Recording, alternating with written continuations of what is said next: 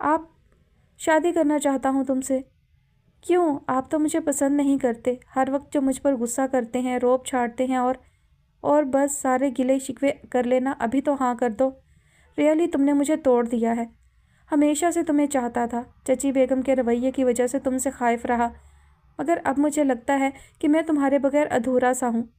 روحا مجھے مکمل کر دو، میں وعدہ کرتا ہوں تمہیں ہمیشہ بہت پیار و محبت اور عزت سے رکھوں گا، خوشیاں دوں گا، شہر یا گاؤں جہاں کہو گی وہاں تمہیں گھر بنا کر دوں گا، وہیں تمہارے ساتھ رہوں گا۔ وہ سنجیدگی، نرمی اور خلوص سے کہتا روحا کو خوشگوار حیرت میں ڈال رہا تھا۔ آپ کی طبیعت تو ٹھیک ہے نا؟ وہ سٹ پٹا کر بولی۔ طبیعت تو ٹھیک ہے، نیت ٹھیک نہیں ہے۔ اس بارش میں بھیگی ہوئی تم اور قیامت ڈھا رہی ہو۔ جب سے آئی ہو میرا صبر ضبط آزما رہی ہو تم، بہت ظالم ہو تم۔ پتہ نہیں آپ کو کیا ہو گیا ہے۔ وہ گھبرا کر یہ کہتے ہوئے جانے لگی تو سالار اس کا ہاتھ پکڑنے کی جسارت کر گیا۔ پیار ہو گیا ہے تم سے تو؟ وہ نظریں جھکا کر بولی۔ تو اپنے پیار کو ہمیشہ کے لیے اپنی زندگی کا ساتھی بنانا چاہتا ہوں۔ زندگی کے اس سفر میں میرا ساتھ دو گی؟ آپ پاپا سے بات کر لیں۔ وہ یہ کہہ کر شرما کر ہاتھ چھڑا کر اندر کی جانب بھاگی تھی اور سالار خوش دلی سے ہنس پڑا، اور روحا حیران تھی کہ مما نے اسے فون کر کے رزلٹ آؤٹ ہونے تک گاؤں میں رہنے کی پھر سے بخوشی اجازت دے دی تھی، اور وہ روحا تو خوش تھی کہ اس کی محبت اسے مل رہی تھی۔ سالار جیسے آدمی کو اس نے خود سے پیار کرنے پر مجبور کر دیا تھا۔ پاپا کا فون آیا تھا اور بہت خوشی سے بات کر رہی تھی۔ بیٹا تمہاری بیوی جان کیسی ہیں؟ حسن احمد نے پوچھا۔ وہ بہت اچھی ہیں، بہت لونگ اور شفیق ہے۔ پاپا آپ بیوی جان سے ملنے کیوں نہیں آئے؟ بیٹا دل تو بہت چاہتا ہے ان سے ملنے کو، مگر مجھ میں ان کا سامنا کرنے کی ہمت نہیں ہے، اور وہ مجھ سے ناراض بھی تو ہیں۔ نہیں پاپا، وہ ماں ہیں، بھلا مائیں بھی کبھی اپنی اولاد سے ناراض ہوتی ہیں؟ بیوی جان تو آپ کو بہت پیار کرتی ہیں اور دعائیں دیتی ہیں۔ ایک ہی تو بیٹے ہیں اب آپ ان کے، اور آپ نے بھی انہیں برسوں سے جدائی کا غم دے رکھا ہے۔ پلیز پاپا آ جائیں، وہ آپ کو دیکھیں گی تو فوراً آپ کو معاف کر کے گلے سے لگا لیں گی۔ روحا نے سنجیدگی سے کہا۔ انشاءاللہ میں جلد آؤں گا، اب تو میری بیٹی بھی میری ماں کے پاس ہے، ایک تمہاری ماں ہے، کاش وہ بھی بیوی جان کی طرح اپنی اولاد کی تڑپ رکھتی۔ حسن نے سنجیدگی سے مسرت بھرے لہجے میں کہا تو وہ جلدی سے بولی، او پاپا آپ مما کو بیوی جان سے کمپیئر مت کریں، مما اور بیوی جان کے مزاج میں زمین آسمان کا فرق ہے۔ مما زمین ہے اور بیوی جان شفقت و محبت کا آسمان ہے، جو زمین کو بھی اپنی رحمت سے جل تھل کر دیتا ہے۔ سچ پاپا، بیوی جان بہت اچھی ہیں۔ اور سالار کیسا ہے؟ وہ بھی اچھے ہیں، مگر غصے کے بہت تیز ہیں۔ اس کا سبب بھی تمہاری مما ہے۔ خیر روحا بیٹا، میں تمہیں ایک اہم بات بتانا چاہتا ہوں۔ تمہارے دادا اور دادی یعنی بیوی جان کی خواہش تھی کہ تمہاری شادی سالار سے ہو۔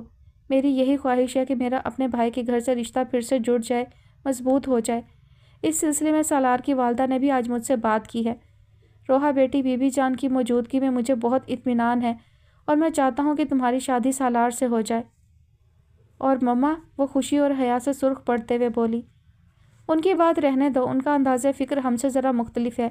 تم بیوی جان کو ہاں کہہ دینا، نکاح ہو جائے گا تو میں بھی وہاں آ جاؤں گا اور پھر پوری شان سے اپنی بیٹی کو اپنے گھر سے رخصت کروں گا۔ حسن نے سنجیدگی سے کہا تو وہ آہستگی سے بولی، ٹھیک ہے پاپا، جیسے آپ کی خوشی۔ جیتی رہو، سدا خوش رہو۔ حسن نے ڈھیروں دعائیں اس کے دامن میں بھر دیں۔ وہ فون بند کر کے واپس مڑی تو سالار کو کھڑا دیکھ کر سٹ پٹا گئی۔ وہ اسے دیکھتے ہی سپاٹ لہجے میں بولا، پورے شہر میں اعلان کرا دو کہ سالار حسین غصے کا تیز ہے، سٹون مین ہے، وحشی ہے، جاہل گنوار ہے۔ سالار پلیز آپ، وہ اس کی بات کاٹ کر چیخ کر بولی اور اسے اپنی جانب گھورتا پا کر تیزی سے باہر نکل گئی۔ سالار کے لب مسکرانے لگے، وہ جان بوجھ کر اسے ستانے کو سنجیدہ موڈ میں اس سے مخاطب ہوا تھا۔ جمعے کی خوبصورت شام کو سالار حسین اور روحا حسن کا نکاح سادگی مگر نہایت وقار کے ساتھ ہو گیا۔ روحا بیک وقت خوشی اور خوف کے احساسات سے دو چار تھی۔ خوشی سالار حسین کی محبت کو پا لینے، اس کے نام سے منسوب ہو جانے کی تھی، اور خوف سالار کے پل پل بدلتے سنگ دلانہ اور درست رویے کی وجہ سے طاری تھا، اور دوسری طرف وہ مما کا رویہ بھی سمجھ نہیں پا رہی تھی۔ بیوی جان تو اس نکاح سے بہت زیادہ خوش تھیں۔ روحا انجانے خدشات میں گھری ہوئی تھی۔ بے شک اس کے نکاح میں پاپا کی خواہش، مرضی اور اجازت شامل تھی، مگر یہ کیسی شادی تھی جس میں اس کے والدین اور اکلوتے بھائی نے ہی شرکت نہیں کی تھی۔ اس کا دل ایک دم سے بجھ سا گیا تھا۔ اس کو بے چینی سی لاحق ہو گئی کہ کہیں کچھ ہو نہ جائے۔ اللہ میاں، میں نے پاپا اور بیبی جان کی مرضی سے یہ شادی کی ہے۔ آپ تو جانتے ہیں نا کہ میں سالار سے بہت پیار کرتی ہوں۔ پلیز پیارے اللہ میاں،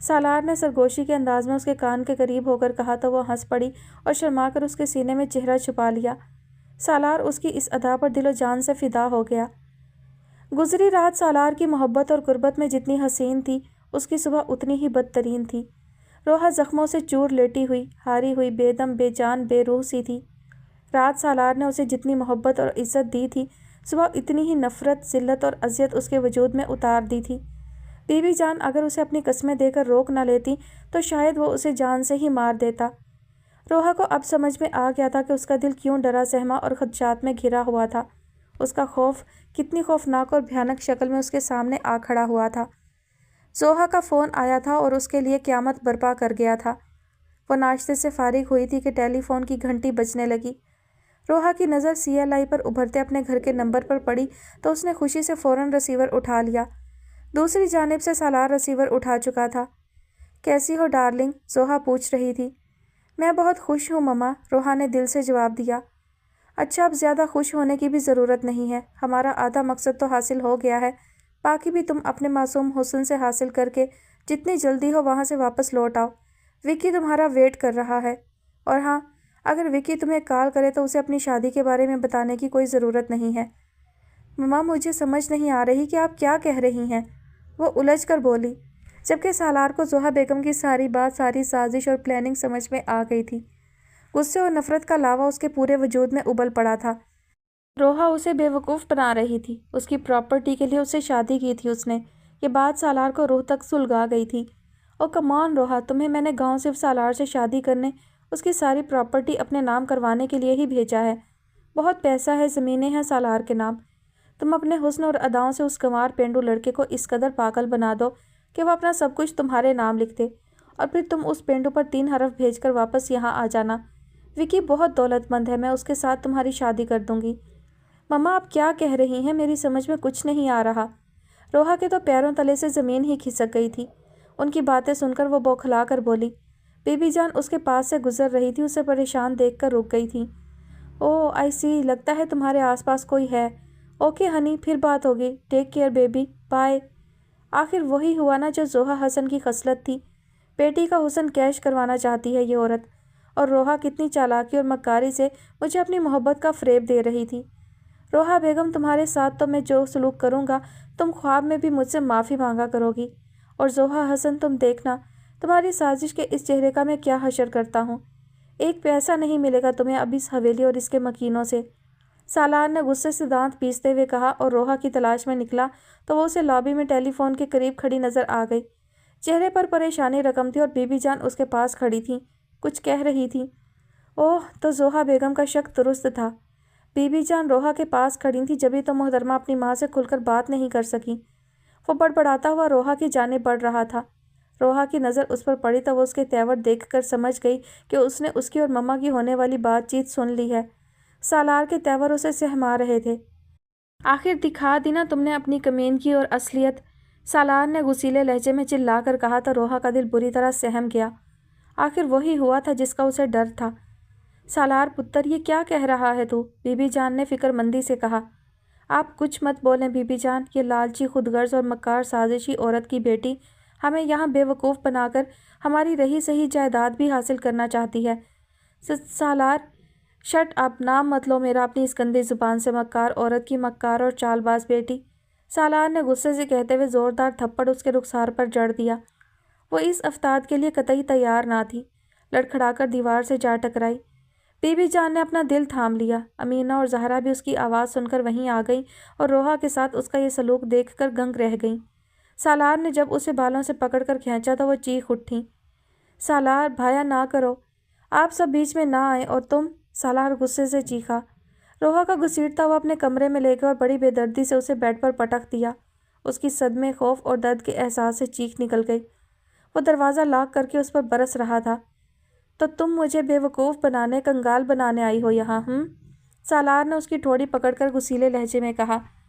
نہیں، اس نے بمشکل نفی میں سر ہلایا تھا۔ جھوٹی مکار لڑکی، میں نے اپنے کانوں سے تمہاری ماں کی بکواس سنی ہے۔ سالار نے ایک تھپڑ اس کے گال پر رسید کر دیا۔ اس کے ہونٹوں سے خون رسنے لگا تھا۔ سر دیوار سے ٹکرانے کے باعث سر درد سے چکرا رہا تھا۔ تمہیں میری جائیداد اور دولت چاہیے نا؟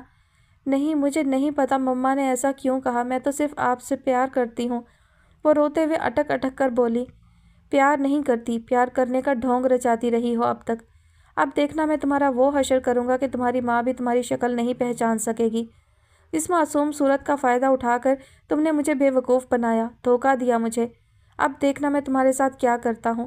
سالار نے اسے بالوں سے پکڑ کر بڑی بے دردی سے اپنے سامنے کھڑا کرتے ہوئے کہا اور اسے زور سے دھکا دے کر گرا دیا۔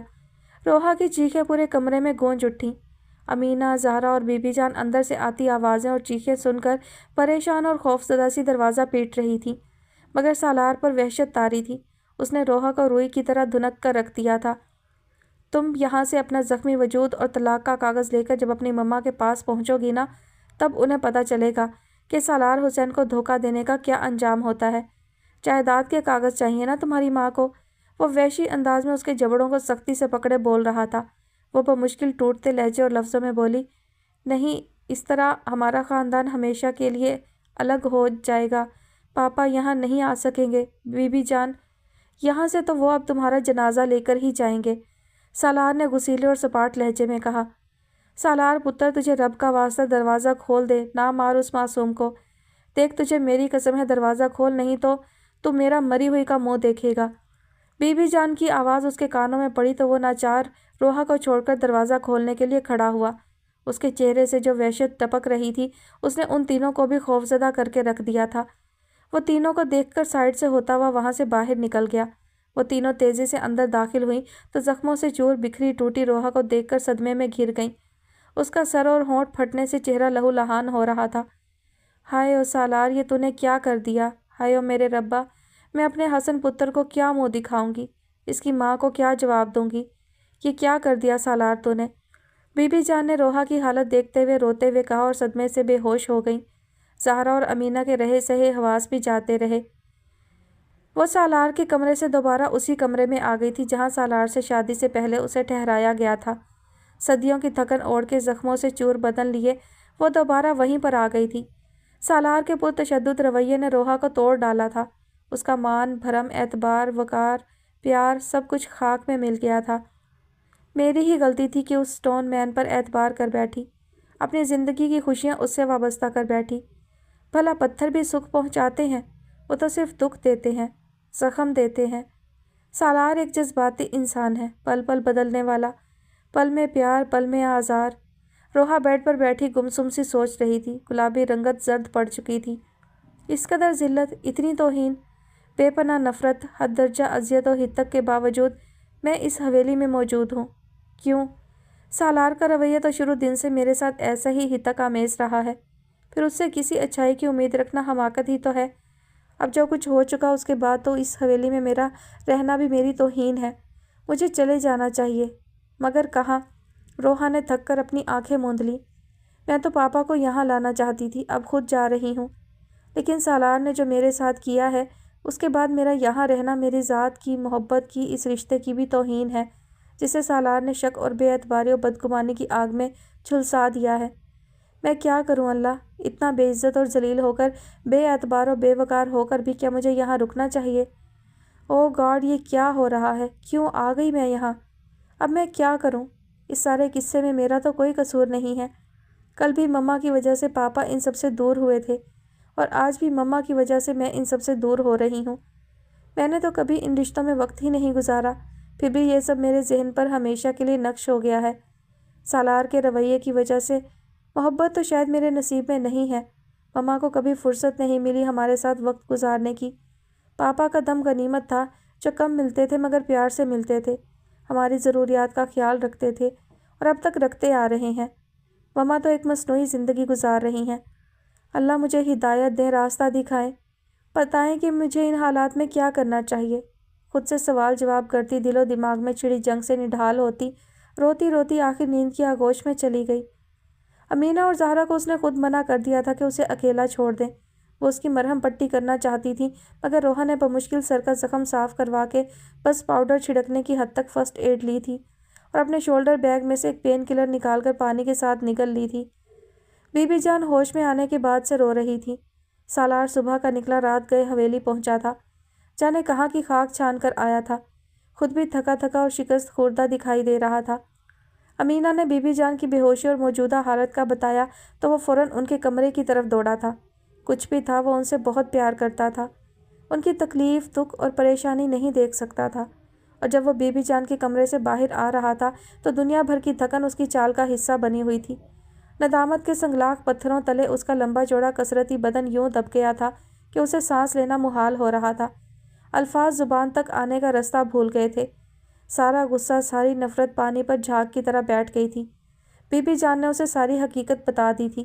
روحا کی مما نے جو کچھ روحا سے فون پر کہا تھا وہ اسی وقت انہیں بتا چکی تھی۔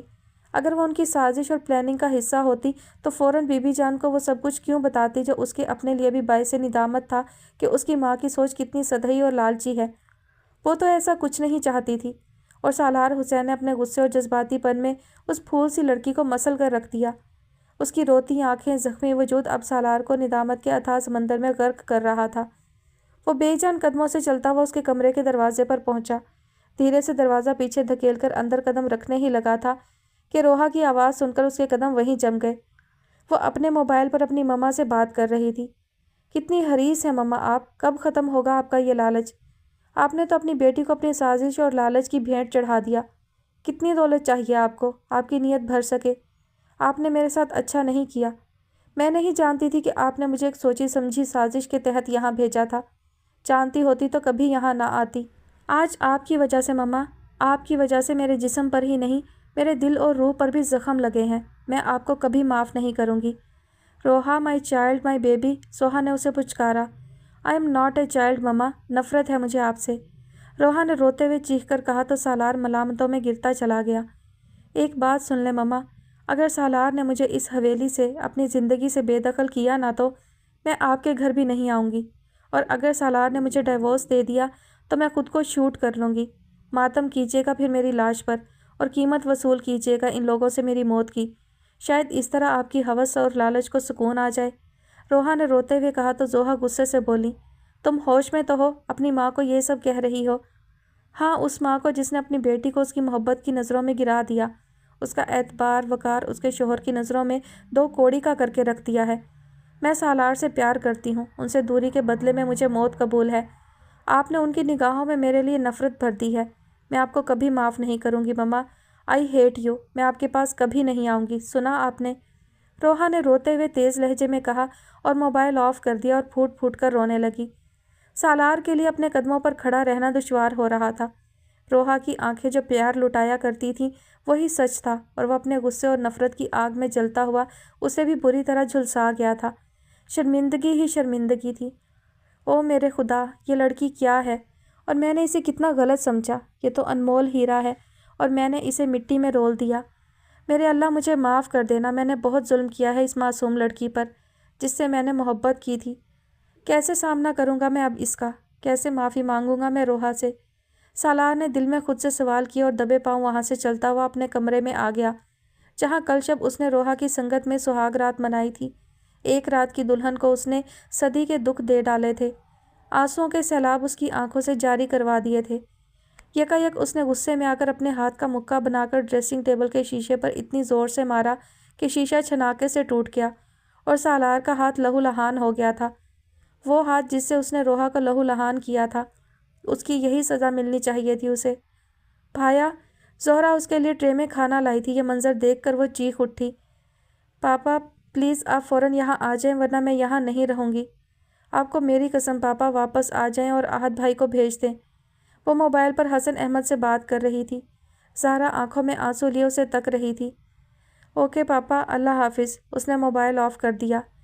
بھرجائی، زہرا بھیگی آواز میں بولی۔ او پلیز ڈونٹ کال می بھرجائی، روحا نے تیزی سے کہا۔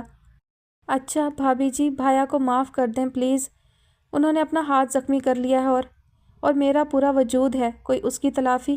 روحا نے اس کی بات کاٹ کر کہا، لہجے میں دکھ کی تلخی گھلی تھی۔ وہ چپکی رہ گئی، سبھی اس سے شرمندہ تھیں۔ امینہ، زہرا، بی بی جان اور سالار حسین۔ اس کی تو روح بے قرار ہو کر انگاروں پر لوٹ رہی تھی۔ سالار، وہ تم سے پیار کرتی ہے، تمہیں معاف بھی کر دے گی، اسے منا لو، سالار کے دل نے کہا۔ وہ اسے دیکھ کر ہراساں ہو گئی۔ اس کے ہاتھ میں موجود سفید لفافہ روحا کو موت کا پروانہ محسوس ہو رہا تھا۔ سالار نے بے قراری سے اس کے ویران حیران چہرے کو دیکھا اور اس کے قریب آ کر رک گیا۔ یہ اٹھاؤ، سالار نے ہاتھ میں موجود سفید لفافہ روحا کی گود میں پھینک کر کہا۔ طلاق؟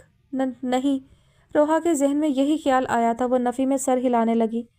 یہ اٹھاؤ لڑکی، سالار نے روبدار لہجے میں کہا۔ نہیں، مجھے نہیں چاہیے۔ سنا نہیں تم نے میں نے کیا کہا ہے؟ وہ اسی لہجے میں بولا۔ یہ اٹھاؤ، اپنا ضروری سامان پیک کرو اور یہاں سے جانے کی تیاری کرو۔ نہیں، میں کہیں نہیں جاؤں گی، وہ ہراساں ہو کر لفافہ دور پھینک کر بیڈ سے نیچے اترتے ہوئے بولی۔ سالار کو اندازہ تھا کہ وہ کیا سمجھ رہی ہے۔ دیکھتا ہوں کیسے نہیں جاؤ گی، یہ میرا حکم ہے۔ سالار کا یہی انداز تھا۔ اسے تو ناراض بیوی کو منانا بھی نہیں آتا تھا، الٹا وہ اسے غصہ دلا رہا تھا۔ حکم؟ ہاں، کیا سمجھتے ہیں آپ خود کو؟ اس طرح غصہ کر کے، چیخ چلا کے، ڈرا دھمکا کے، مار پیٹ کے آپ دوسروں کا دل جیت لیں گے؟ وہ بھی ایک دم سے غصے میں آتے ہوئے بولی۔ دوسروں کا تو پتہ نہیں، ہاں البتہ اس معصوم لڑکی کا دل میں ضرور جیت چکا ہوں، اپنی تمام تر سفاکیوں، سختیوں اور خامیوں کے باوجود۔ سالار نے اس کی آنکھوں میں جھانکتے ہوئے مسکراتے ہوئے نرم لہجے میں کہا تو وہ اس کایا پلٹ حرکت پر حیرت زدہ سی اسے تکنے لگی۔ میں بہت پہلے ان آنکھوں کی حیرت میں ڈوب چکا ہوں۔ اور کتنا ڈبو گی؟ وہ مسکراتے ہوئے اعتراف کر رہا تھا، مگر اس کے زخم ابھی تازہ تھے اور اتنے کاری تھے کہ روحا کے دل میں رتی برابر بھی خوشی کا احساس نہیں جاگا۔ اسے یہ لفظ ڈھکوسلا لگے، احساس سے عاری کھوکھلے لفظ۔ پگلی، میں تجھے چھوڑنے کا تصور بھی نہیں کر سکتا۔ یہ طلاق نامہ نہیں ہے، ہماری اسلام آباد کی ٹکٹیں ہیں۔ ہم ہنی مون منانے جا رہے ہیں۔ مری بھوربن کے بعد دبئی، پھر اسکاٹ لینڈ اور ملائیشیا جائیں گے۔ میں اپنی روحا کو خوبصورت ملکوں کی سیر کرواؤں گا۔ دنیا کے جس خطے میں کہو گی وہیں شاندار گھر بنا کر دوں گا۔ سالار نے اس کو پیار بھری نظروں سے دیکھتے ہوئے نرم مگر سنجیدہ لہجے میں کہا۔ روحا کو اس کی باتوں میں سچائی تلاش کرنے کی ضرورت محسوس نہیں ہوئی۔ وہ کوئی 5-6 برس کی بچی نہ تھی جسے وہ یہ خوبصورت کھلونے دے کر بہلانے کی کوشش کر رہا تھا۔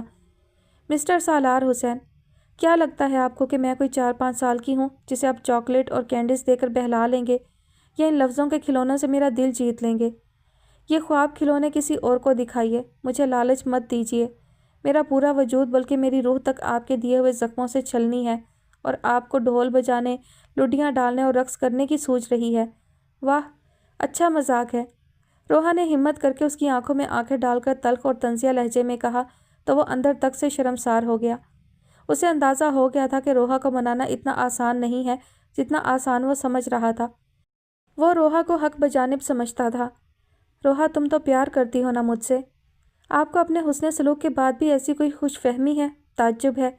میں یہاں صرف بی بی جان کو ان کے بیٹے سے ملانے تک موجود ہوں۔ میں نہیں چاہتی کہ جو آس انہیں میرے یہاں آنے سے، اپنے بیٹے سے ملنے کے حوالے سے بندھ چکی ہے، وہ ٹوٹ جائے اور بی بی جان میں جینے کی امنگ باقی نہ رہے۔ آپ پلیز جائیں یہاں سے، آپ کو دیکھ کر میرے زخموں میں درد اٹھنے لگتا ہے۔ روحا نے اپنی بات مکمل کرتے ہوئے آخر میں رخ ہی پھیر لیا تو سالار تڑپ کر رہ گیا۔ روحا، تم پلیز جائیے یہاں سے، روحا نے اس کی بات کاٹ کر تیز اور سپاٹ لہجے میں کہا۔ اس کے غصے اور تشدد کی انتہا تو وہ خود سہ چکی تھی، لہٰذا اب اس کے اندر سے سالار کا خوف ختم ہو گیا تھا۔ وہ سر جھکائے ٹکٹوں کا لفافہ اٹھائے ناکام واپس لوٹ گیا اور روحا بے اختیار رو دی۔ احد نے حوالات جا کر کافی سبق سیکھ لیا تھا۔ حسن احمد نے بھی اسے سمجھایا تھا، لہٰذا وہ اب بیکار کاموں اور مشغلوں سے جان چھڑا کر جاب تلاش کرنے کا سوچ رہا تھا۔ حسن تو چاہتے تھے کہ احد ان کے ساتھ بزنس میں ہاتھ بٹائے، لیکن احد کا کہنا تھا کہ وہ پہلے کہیں ملازمت کر کے اپنی صلاحیتوں کو آزمانا چاہتا ہے، مالک کی کرسی پر بیٹھنے سے پہلے ملازم بن کر کام کرنا چاہتا ہے۔ حسن کو اس کی سوچ نے خوشی اور امید کا احساس دلایا تھا۔ احد کو بھی اپنی مما کی زیادتیوں، لاپرواہیوں کا رنج تھا اور روحا کے معاملے میں جو کچھ انہوں نے کیا تھا اس پر احد نے زوہا کو آئینہ دکھا کر شرمندہ کرنے کی کوشش ضرور کی تھی، اور زوہا شرمندہ ہوئی تھی یا نہیں، انہیں اپنی زیادتیوں، سازشوں اور مکاریوں کا احساس ہوا تھا کہ نہیں، احد ضرور بہن کی محبت میں بے اختیار حویلی چلا آیا تھا۔ بی بی جان تو احد کے آنے پر اتنی خوش تھیں کہ احد کو افسوس ہوا کہ وہ یہاں کیوں نہیں آیا، مما نے کیوں دور رکھا ان سب کو ان رشتوں سے۔ روحا اس کے سامنے آئی تو اس کی حالت دیکھ کر لمحے بھر کو احد کی روح تک لرز اٹھی تھی۔ پھٹے اور سوجے ہوئے ہونٹ، پیشانی پر نیل کا نشان اور سوجن، سر کے بالوں کی الجھی لٹوں میں جمع خون، آنکھوں میں بچھا سرخ ڈوروں کا جال، جیسے جانے کتنی راتوں کو وہ اپنے اشکوں سے بھگوتی ڈبوتی رہی ہے۔ زرد پڑتی رنگت اور سوجی سرخ آنکھوں میں پھیلی ویرانی تو کچھ اور ہی کہانی سنا رہی تھی۔ روحا، احد کے لب ہلے۔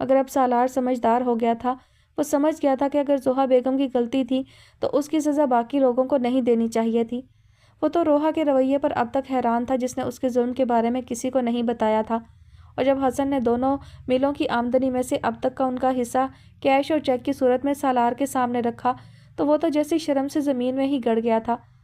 چچا جان، ہمارے اس منافع پر کوئی حق نہیں ہے۔ اگر آپ ملوں کی کمائی کھاتے رہے ہیں تو ہم بھی زمینوں سے فائدہ اٹھاتے رہے ہیں۔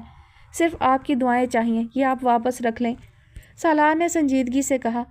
یہی امینہ اور بی بی جان کے دل کی بات تھی۔ وہ سالار کے جواب سے مطمئن ہو گئی۔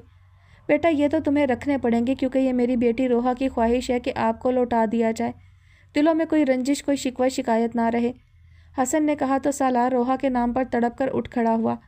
اسے حیران اور پشیمان کرنے کا جیسے ٹھیکہ لے لیا تھا روحا نے۔ وہ چھوٹی سی لڑکی اسے ناکو چنے چبوا رہی تھی اور وہ بے بسی کی تصویر بنا کھڑا تھا۔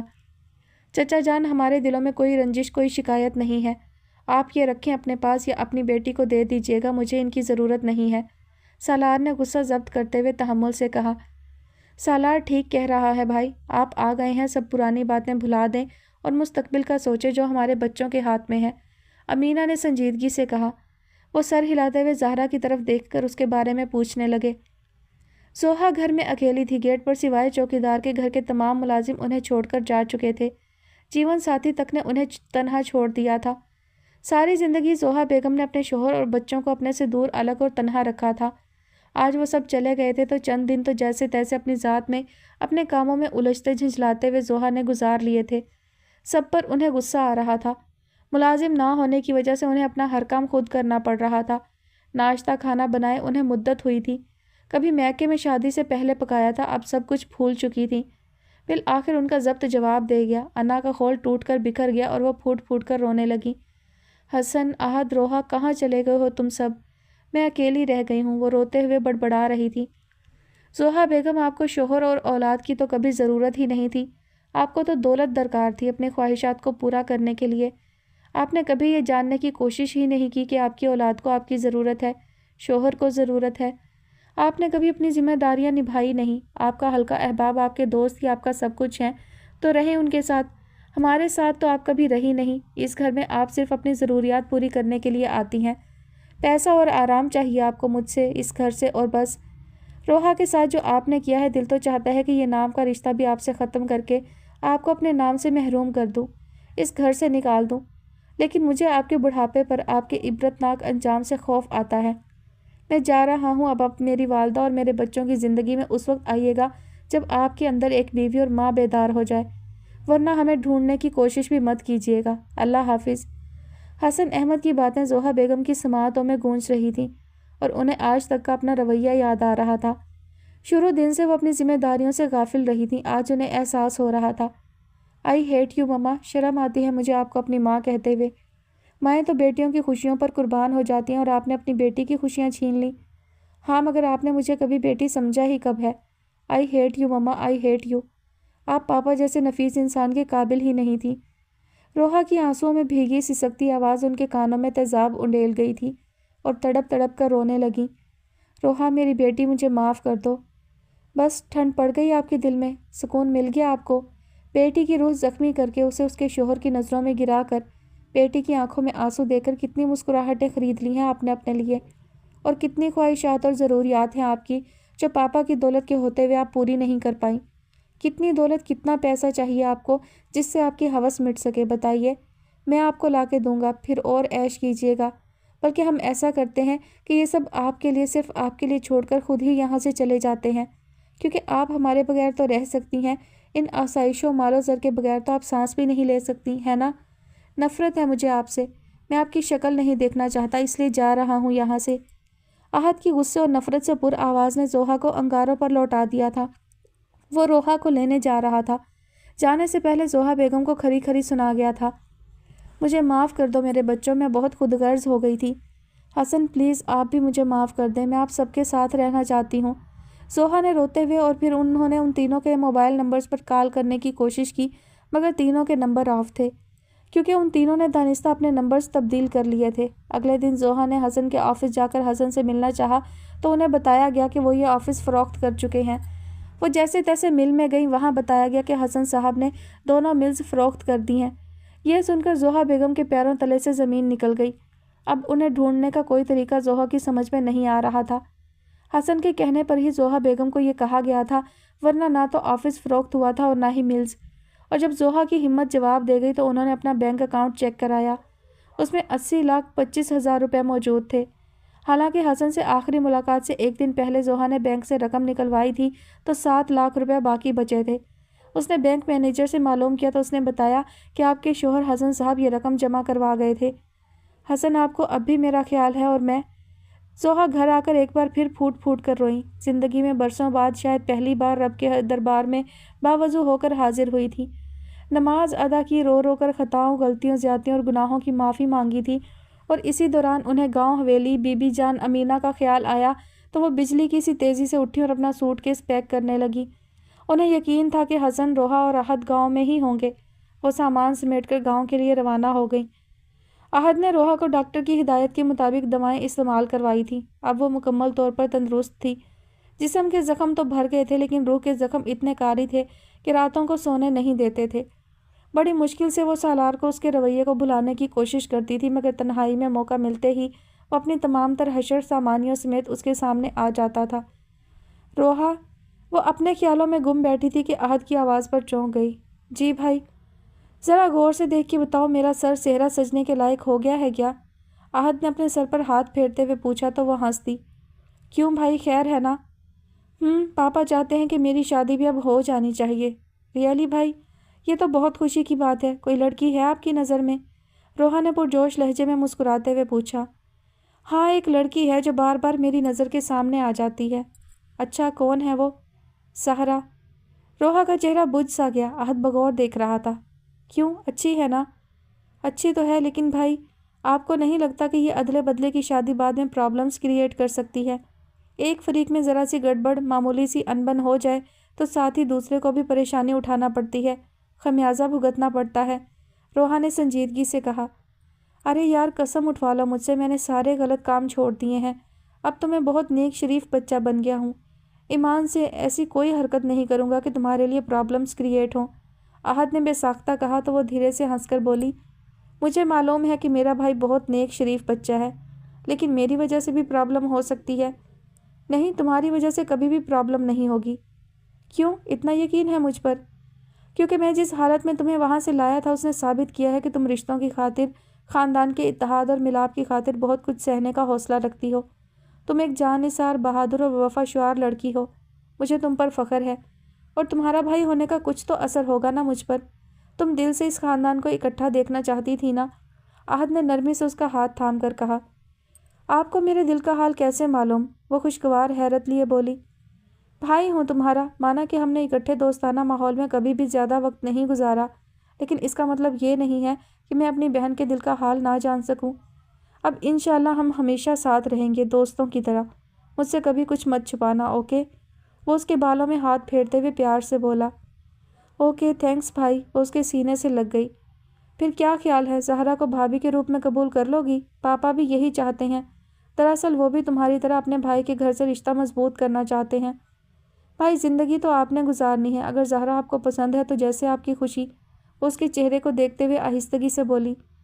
نہیں روحا، میرے لیے تمہاری خوشی سب سے اہم ہے۔ اگر تم کہو گی تو میں زہرا کے لیے پاپا کو ہاں کروں گا۔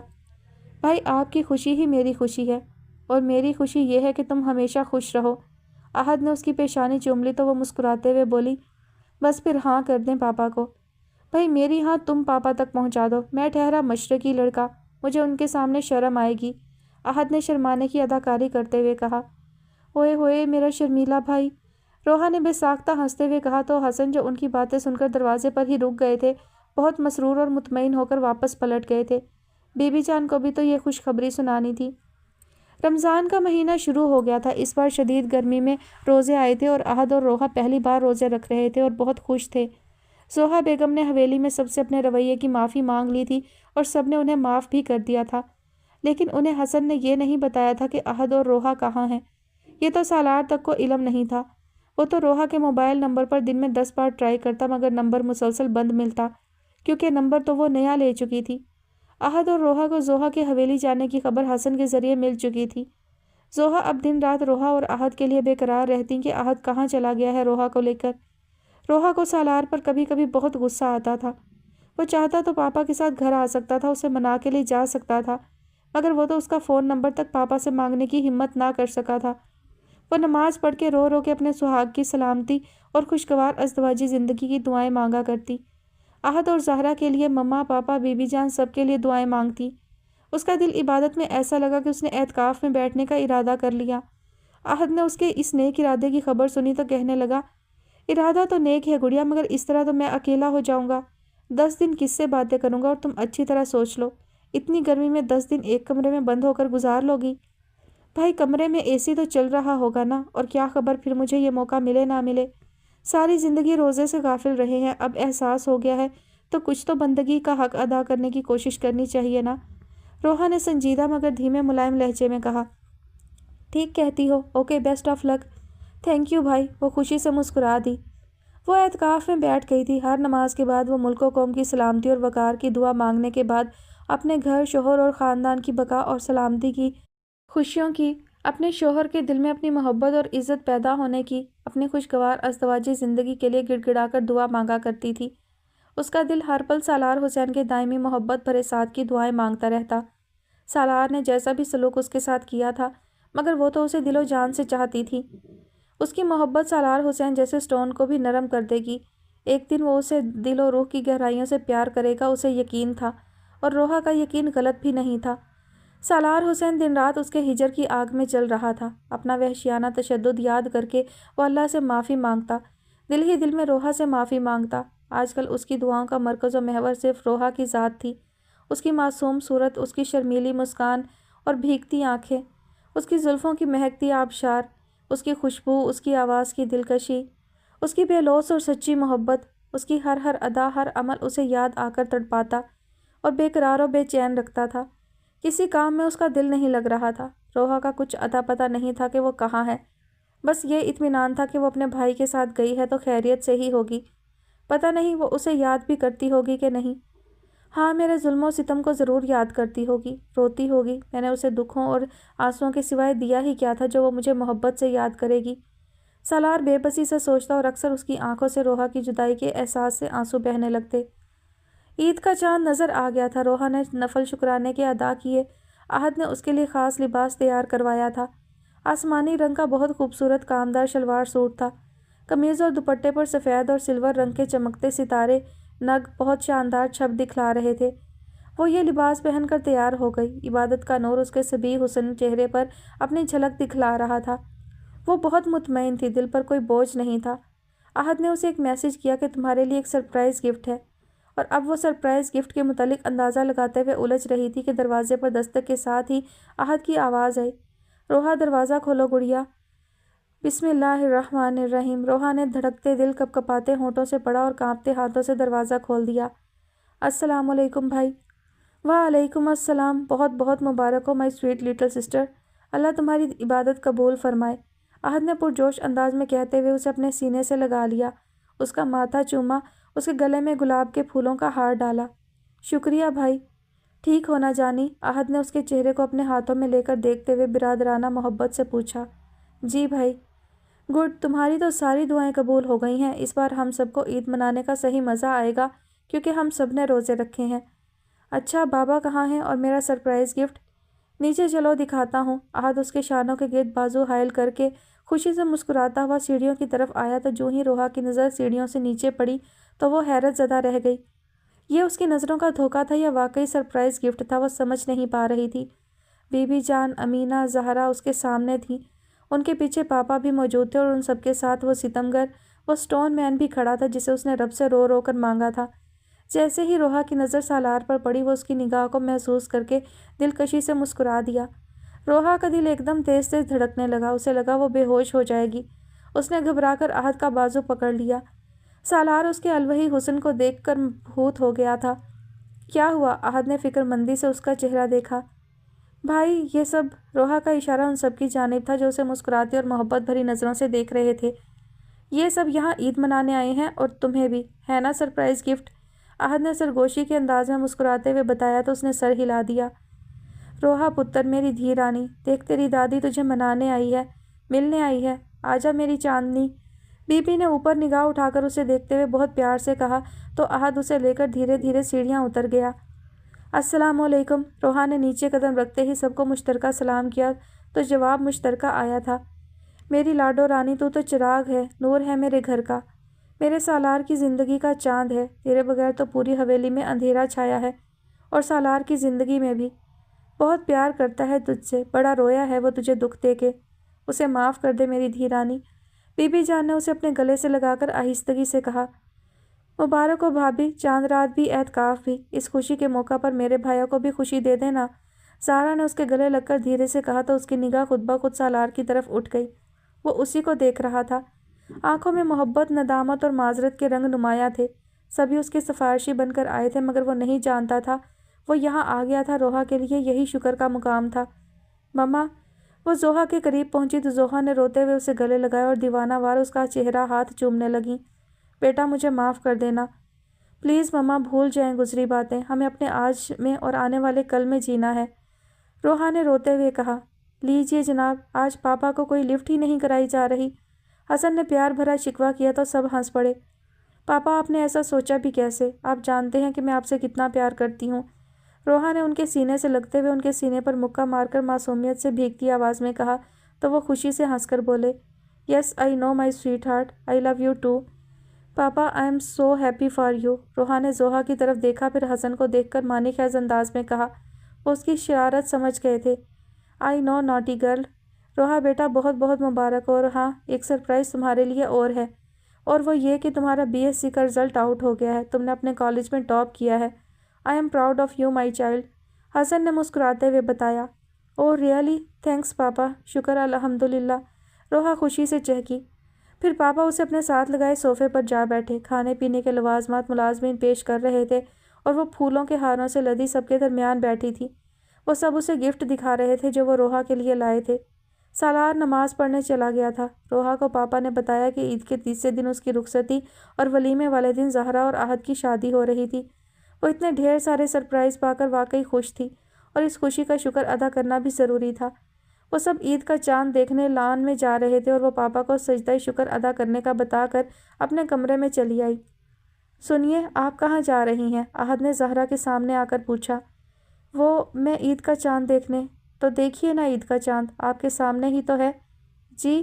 زہرا اس کے شوخ و شریر جملے اور لہجے اور آنکھوں کے زاویے پر سٹپٹا گئی۔ جی، آپ کی عید یعنی خوشیوں کا چاند آپ کے سامنے ہے، احد نے اسے دلچسپی سے دیکھتے ہوئے کہا تو وہ نظریں جھکا کر حیا سے مسکرا دی۔ زہرا، ہمارے بڑوں نے ہمارے بارے میں جو فیصلہ کیا ہے تم اس سے خوش ہونا؟ احد نے سنجیدگی سے پوچھا۔ آپ خوش ہیں؟ زہرا نے اس اونچے لمبے خوبرو جوان کو دیکھتے ہوئے الٹا اسی سے سوال کر لیا۔ ہاں، میں تو بہت خوش ہوں، احد نے ایمانداری سے جواب دیا۔ پھر میں ناخوش کیسے ہو سکتی ہوں؟ زہرا نے نظریں جھکا کر حجاب آمیز لہجے میں کہا اور شرمیلے پن سے مسکراتے ہوئے تیزی سے باہر نکل گئی۔ او یس، یاہو! احد اس کی بات کی گہرائی میں اترا تو فرط مسرت سے چیخ اٹھا۔ سالار نماز پڑھ کر واپس آیا تو لان میں سبھی موجود تھے سوائے روحا کے۔ وہ بے قرار نظروں سے اسے ادھر ادھر تلاش کر رہا تھا۔ احد نے اس کی بے چینی بھانپ لی اور اس کے پاس آ کر بولا، روحا کو تلاش کر رہے ہیں، وہ اپنے کمرے میں ہے، جائیں منا لیں اسے، اور پلیز پھر کبھی میری بہن کو دکھ مت دیجیے گا۔ ڈونٹ وری، سالار نے اس کے کندھے پر ہاتھ رکھ کر تھپکا اور اندر کی جانب قدم بڑھا دیے۔ روحا شکرانے کے نفل ادا کرنے کے بعد ڈریسنگ ٹیبل کے سامنے کھڑی اپنی چوڑیاں اور ہار اتار کر رکھ رہی تھی۔ چوڑیوں سے کلائی خالی ہوئی تو یکایک اس کا ہاتھ ایک مضبوط ہاتھ کی گرفت میں آ گیا۔ اس نے سٹ پٹا کر چہرہ اٹھا کر دیکھا۔ سالار اس کے بے حد قریب کھڑا تھا، اپنی تمام تر وجاہتوں کے ساتھ۔ سالار نے وہی رونمائی والے کنگن جو وہ آتے ہوئے زہرا کے ذریعے انہیں واپس لوٹا آئی تھی اس کی کلائی میں پہنا دیے۔ اب کبھی انہیں خود سے الگ مت کرنا، اور نہ مجھے۔ سالار نے اس کے رخسار کو نرمی سے چھوتے ہوئے پیار سے کہا تو وہ پوری جان سے جی اٹھی۔ سالار کا لمس زندگی بن کر، خوشی بن کر دوڑ رہا تھا۔ وہ بس حیرت سے یکٹک اسے تکے جا رہی تھی۔ کتنے دنوں بعد اسے دیکھا تھا، پیاسی نگاہیں اس کی ایک دید سے اپنی پیاس بجھا رہی تھی۔ روحا، میرا جرم بہت بڑا ہے، لیکن ایک بار مجھے دل سے معاف کر دو، پھر کبھی شکایت کا موقع نہیں دوں گا، صرف محبت، چاہت اور عزت دوں گا۔ اللہ سے بھی بہت رو رو کر معافی مانگی ہے، تم بھی معاف کر دو پلیز۔ سالار نے ندامت سے پر لہجے میں کہا اور اس کے سامنے اپنے ہاتھ جوڑ دیے تو وہ تڑپ اٹھی۔ اس کی باتوں کی، محبتوں کی سچائی پر اسے یقین آ گیا تھا۔ اس نے بے اختیار اس کے بندھے ہوئے ہاتھ پکڑ کر کھول کر الگ کر دیے۔ Thank you very much Roha کہ تم نے اس وحشی جنگلی اور سٹون مین کو معاف کر دیا، وہ خوشی سے بھیگتی آواز میں بولا۔ سالار، روہا نے تڑپ کر کہا۔ اس کی آنکھوں سے اشکوں کے موتی پھسل کر رخساروں پر آ گئے۔ Roha I love you, really very love you. وہ خوشی سے رونے لگی۔ روہا تم اب بھی پیار کرتی ہو نا مجھ سے؟ جب آپ جانتے ہیں تو پوچھ کیوں رہے ہیں؟ دل کی خوشی اور تسلی کے لیے بتاؤ نا پلیز، تمہارے پاس میرے لیے محبت کا کوئی گلاب ہے اب بھی؟ سالار نے ضد کرتے ہوئے پوچھا تو روہا کی سمجھ میں نہ آیا کہ کیا جواب دے۔ پھر ایک دم کچھ سوچ کر ڈریسنگ ٹیبل پر اتار کر رکھے گلاب کے پھولوں کے تمام ہار اس نے اٹھائے اور بڑھ کر سالار کے گلے میں پہنا دیے۔ محبت بھری چاند رات مبارک ہو۔ روہا تھینکس میری جان۔ سالار اس کی محبت کے اس معصوم، منفرد اور مسرت آمیز اظہار پر آبدیدہ ہو گیا اور بے اختیار اس کی پیشانی چوم لی۔ آپ لوگوں کی معافی تلافی ہو گئی ہو تو نیچے آ جائیں، ہم سب آئس کریم کھانے لگے ہیں، اور روہا مما تمہیں مہندی لگوانے کے لیے بےتاب ہو رہی ہیں۔ احد نے دروازے پر دستک دے کر کہا تو وہ دونوں جیسے ہوش میں آ گئے۔ روہا نے اس سے الگ ہو کر اپنے آنچل سے آنسو صاف کیے۔ سالار نے بھی خود کو سنبھال لیا، ہار اتارتے ہوئے بولا، روہا جان، احد سے کہہ دو کہ ہم دونوں چاند رات اکٹھے اسی کمرے میں منائیں گے۔ سالار نے خوشی سے دیکھا تھا اسے۔ جی نہیں، اس کے لیے آپ 3 دن انتظار کریں۔ وہ حیا سے سرخ ہوتی دروازے کی سمت بڑھی۔ روہا، جی، آئی لو یو، سالار نے پیار سے دیکھتے ہوئے کہا تو وہ شرما کر بولی، تو پھر میرے پیچھے پیچھے آ جائیں۔ پیچھے پیچھے نہیں، تمہارے ساتھ ساتھ چلوں گا آخری دم تک، سالار نے آگے بڑھ کر اس کا ہاتھ تھام کر کہا تو وہ خوشی سے کھل اٹھی۔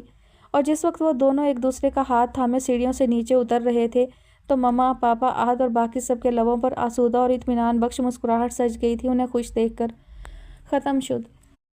جی ڈیئر لسنرز، تو یہ شارٹ سی اسٹوری اپنے اختتام کو پہنچی اور کہانی کا آغاز تو بہت اچھا تھا، لیکن مجھے بالکل بھی اندازہ نہیں تھا کہ کہانی میں اتنے زیادہ ٹویسٹ آئیں گے، اور کہانی جو ہے وہ بالکل ہی، کیا کہیں اس کو، مجھے اچھی نہیں لگی۔ بہرحال کہانی کی فرسٹ ایپیسوڈ اچھی تھی، لیکن لاسٹ ایپیسوڈ میں نہ جانے رائٹر نے کیا کیا ہے، پتہ نہیں رائٹر ایسا کیوں کرتی ہیں۔